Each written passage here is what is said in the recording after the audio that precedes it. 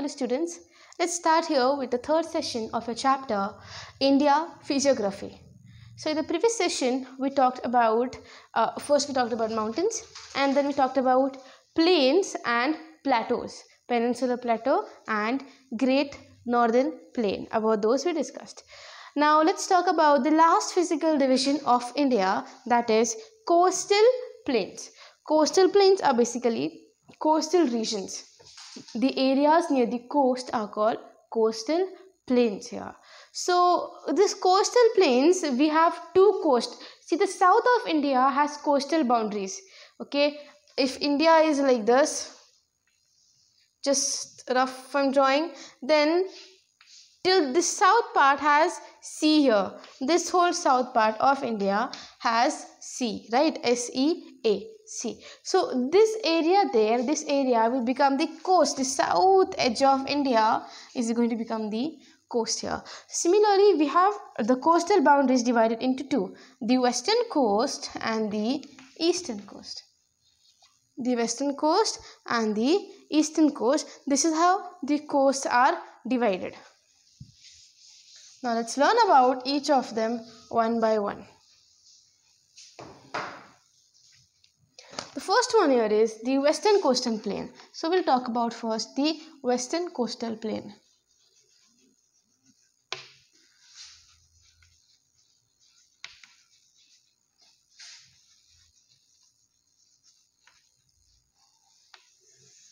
So what is this western coastal plain? Where does it lie? Which is the different areas where it will lie, that we have to know. So western coastal plain, okay, one second. It lies between the Western Ghat and the Arabian Sea. If you are aware, okay, I shouldn't have wiped this, right? Okay, let me just draw it again. Suppose this is, I am not very good at drawing, but okay, let's consider this to be the map of India. I am not very good at drawing, okay? But just let's, okay, suppose this is the map of India.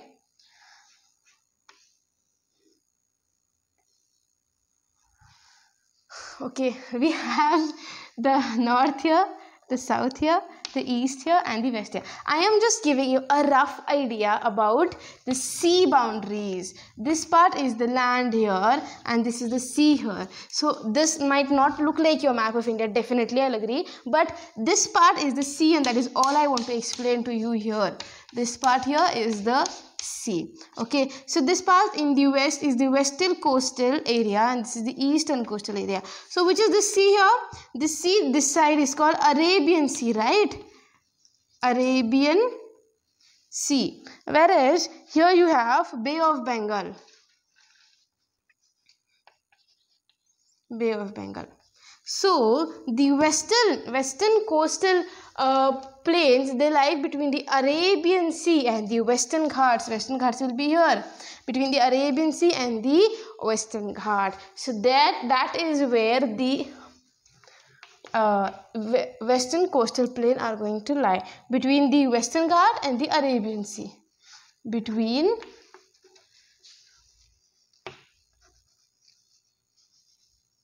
Western Ghat and the Arabian Sea.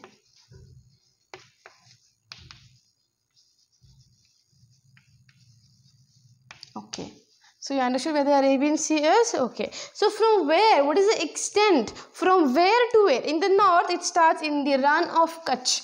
From the Run of Kutch in the north, Run of Kutch is a place near Gujarat, right? Run of Kutch, and in the south, it extends to Kanyakumari. The southmost point here is Kanyakumari.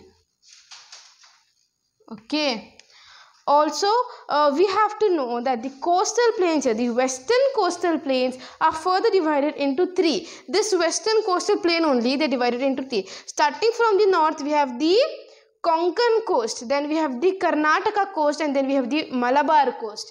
Konkan coast, Karnataka coast, Malabar coast. So let's learn about all these three here.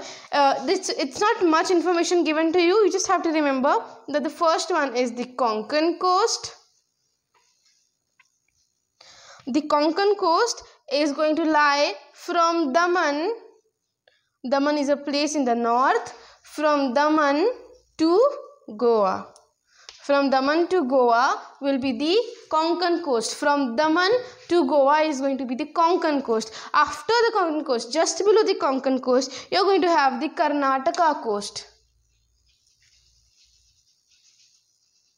Karnataka coast is going to lie from Goa to Mangaluru. Karnataka coast is going to lie from Goa to Mangaluru or Mangaluru. Okay, then after the Karnataka coast, we have the last coast of the western coastal plain, that is the Malabar coast. Malabar coast is again going to start from this Mangaluru. From Mangaluru, it is going to end up to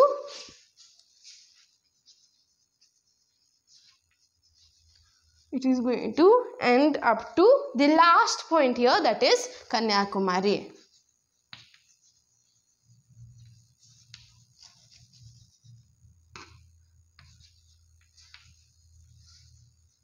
So see, it's not very difficult to understand this. The whole western coast is divided into three parts. The first of the three parts is the Konkan coast, then you have the Karnataka coast, and then you have the Malabar coast. So Konkan coast will start from Daman and go up to Goa. Then Malabar coast, Daman to Goa.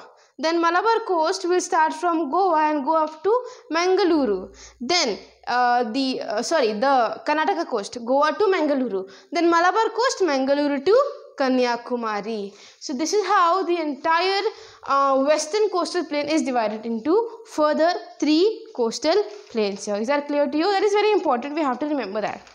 So after that, we should learn the next division of the coastal plains, that is the eastern coastal plains. Next is the eastern. Second one is eastern coastal plains. This was western and now eastern, which is on the east side.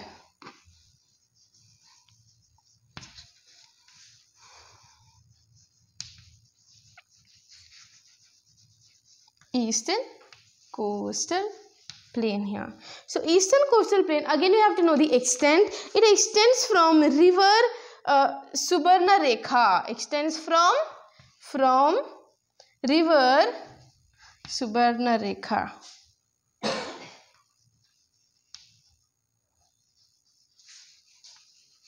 I told you, you can just pause the video and take down the notes, short notes if you want. Question answers will be provided to you. Okay. So it extends from Subarnarekha. Subarnarekha is in the north, and in the south it goes up to again Kanyakumari.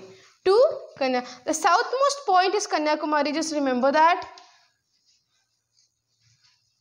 For most of the endings, the southmost ending usually is Kanyakumari. Okay, so it starts from river Subarnarekha in the north and goes up to Kanyakumari, which is in the south. From Subarnarekha in the north up to Kanyakumari in the south here. Where does it lie? It lies between the Eastern Ghat and the Bay of Bengal. I told you the Bay of Bengal is here, right? Bay of Bengal is here. So it starts from the Eastern Ghat to the Bay of Bengal. Lies between. This is short form of between Eastern Ghat and Bay of Bengal.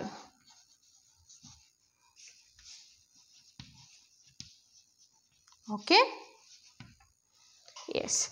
Now there are some rivers which flow across this eastern coastal plain. This eastern coastal plain have some rivers which flow across it. These rivers will flow and end up entering the Bay of Bengal. Now which are these rivers? These rivers are Godavari, Krishna and Kaveri. Which are the rivers which flow through the eastern coastal plain?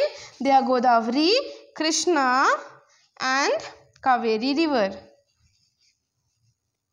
Godavari, Krishna river and Kaveri river. So these are the rivers here which are going to flow through the eastern coastal plains. Okay, again the eastern coastal plains are further divided into two types here. Which are the two types in which they are further divided? One is the northern Sircas and then there is Coromandel coast. Northern Sircas and Coromandel coast. They are further divided into northern Sircas. Because it's not continuous, okay? Eastern coast is not continuous. It is broken in between. So the north part is the northern Sircas, whereas the south part is the Coromandel coast.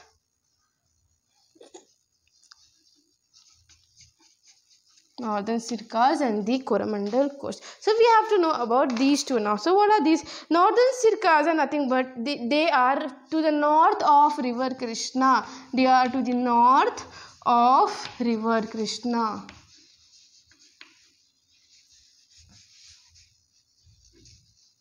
Whereas the Coromandel coast, they are in the southern part, and also this Coromandel coast, this is an area where lagoons are found. What are lagoons? This Coromandel coast are in the south, okay? Now what are lagoons? You have to know about lagoons. Lagoons are also found here in the eastern coastal plain. See, in the eastern coastal plain, they are further, rivers are passing through it. First of all, three major rivers, Godavari, Krishna and Kaveri. Apart from them, the whole eastern coastal plain is further divided into the northern Sircar and also the Coromandel coast. Also, there are some lagoons here in this area. Lagoons is nothing but settled water, collected water. For example, a lake. A lake is nothing but a lagoon. Okay, so some examples of lagoons are given here. Collected water, lake. Okay, so some examples of lagoon are Lake Chilka, Chilka, Lake Chilka. Then we have Lake Puluket, and also we have Lake Kolleru. So Lake Chilka, Lake Pulicat and Lake Kolleru, these are the different lagoons which are found. Where are they found? They are found in the eastern coastal plains. These lagoons here, they are found in the eastern coastal plains of India. Lagoons are nothing but collected water in the form of lakes. So these are the lakes here: Lake Chilka, Lake Pulicat and Lake Kolleru. These are the lakes here which are found, or the lagoons which are found here in the eastern coastal plains. So what did you understand in the coastal plains? First we talked about the coastal plains are divided into two types. They are divided into western coastal plains and they are further divided into eastern coastal plains. So in western coastal plains, they lie between Western Ghat and Arabian Sea. And where do they start? They start from Rann of Kutch and go up to Kanyakumari. They are further divided into three. The Konkan coast, which is from Daman to Goa. Then you have the Karnataka coast, which is from Goa to Mangaluru. Then you have Malabar coast, which is from Mangaluru to Kanyakumari. Okay. This was all about the western coastal plain. Later on you have the eastern coastal plain. So eastern coastal plain, they start from river Subarna Rekha in the north and they end to Kanyakumari in the south. Also they lie between the Eastern Ghat and the Bay of Bengal, which is in the east of India. Also there are some rivers which are passing through the eastern coastal plains, that is river Godavari, river Krishna and river Kaveri. They are further divided into, eastern coastal plains are further divided into North Sircar and Coromandel coast. Okay, and there are also some lagoons here whose name I have written. Now all these points that I have mentioned to you, these are important points. You can just pause the video and take down the notes. These are the important points here, and these points, if you remember, it is more than enough. You don't have to study the whole paragraph that is given to you. Just pause the video and take down the notes if you want. This much notes are enough for you to remember. These will cover all the important points of each topic. Okay, now let's move on to the further part, which is the importance of coastal plains.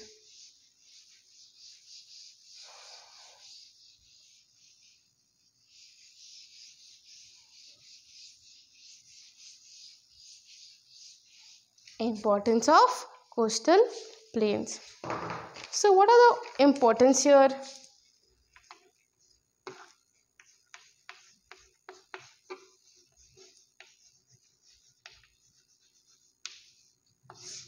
Okay.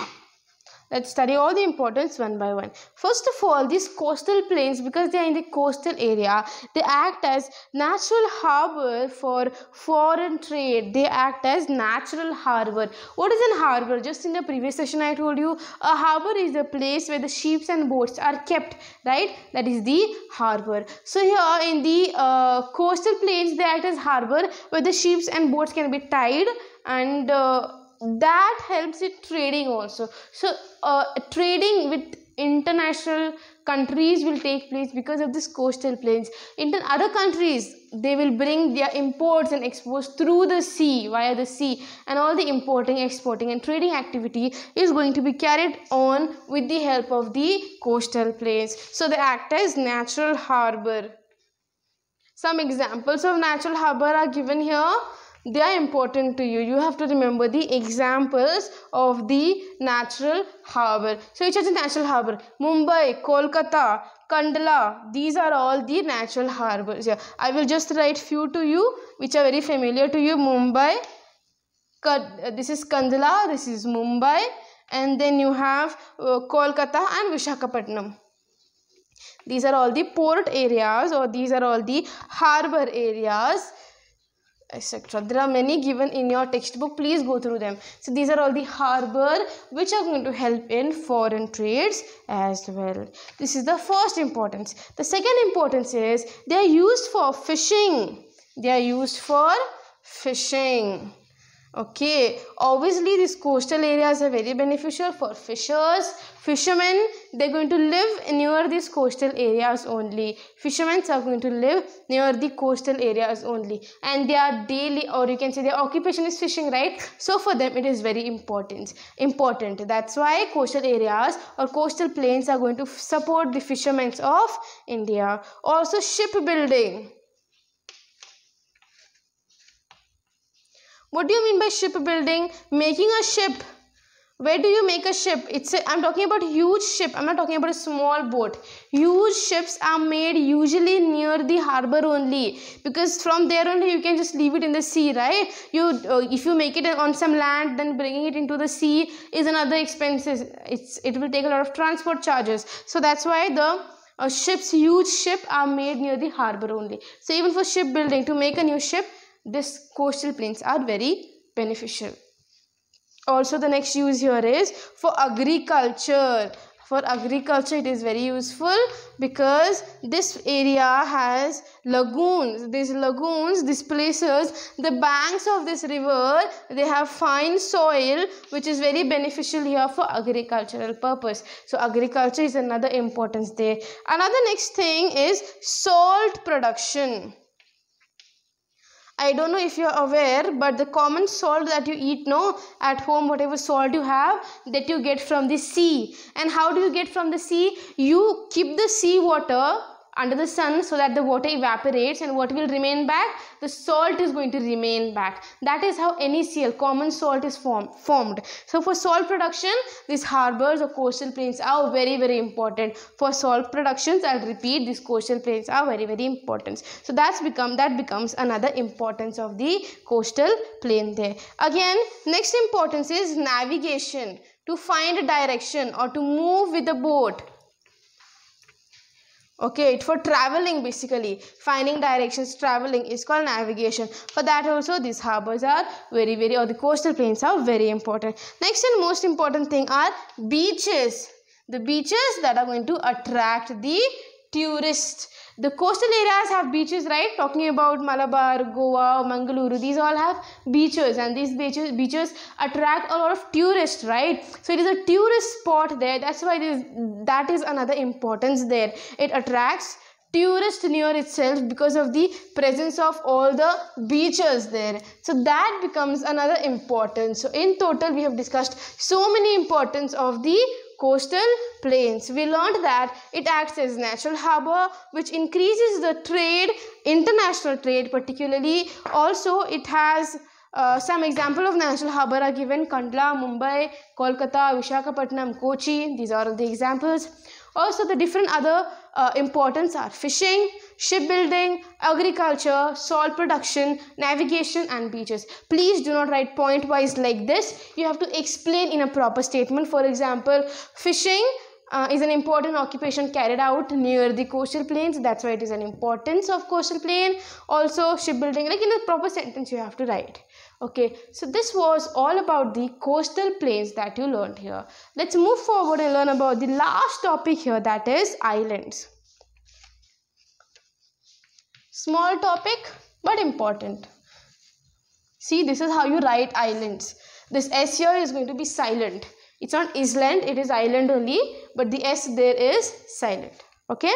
So how many islands are there in India? India has a total of 247 islands. 247 islands in total. That's a huge number, right? We have 247 islands in total. Out of this 247, 204 are in the eastern side in the Bay of Bengal. They are in the Bay of Bengal in the eastern side of India. 204 islands are in the eastern side of India in the Bay of Bengal. Remaining 43 are in the rest 43 are in the western side. Oh, which sea is there in the western side? Which sea is there in the west? Arabian Sea, right? The Arabian Sea has a total of 43 islands there. Again, there are some important islands here. That is, for example, in the Bay of Bengal, you have Andaman and Nicobar Island. In the Bay of Bengal, you have Andaman and AN. Nicobar Island. And also in the Arabian Sea, you have Lakshadweep Island. Lakshadweep Island in the Arabian Sea. So in the Bay of Bengal, you have totally 204 islands, out of which Andaman and Nicobar is an important island. Also in the Arabian Sea, you have total of 43 islands, out of which Lakshadweep is a very, very important island. So this was all about islands that you learned here. And also, what is the importance of islands? They increase the beauty of the country, right? They increase the beauty of the scenery of the country. So this was all you learned in this lesson. With the 3 sessions, I end up your lesson. You learned about all the physical divisions here. Mountains you learned plains, you learned plateaus, you learned coastal areas, and you also learned islands. So go through your textbook nicely. These points, you can go through them. I have given you question answers. You can go through them also. Thank you so much for watching, class. Have a nice day. I think 20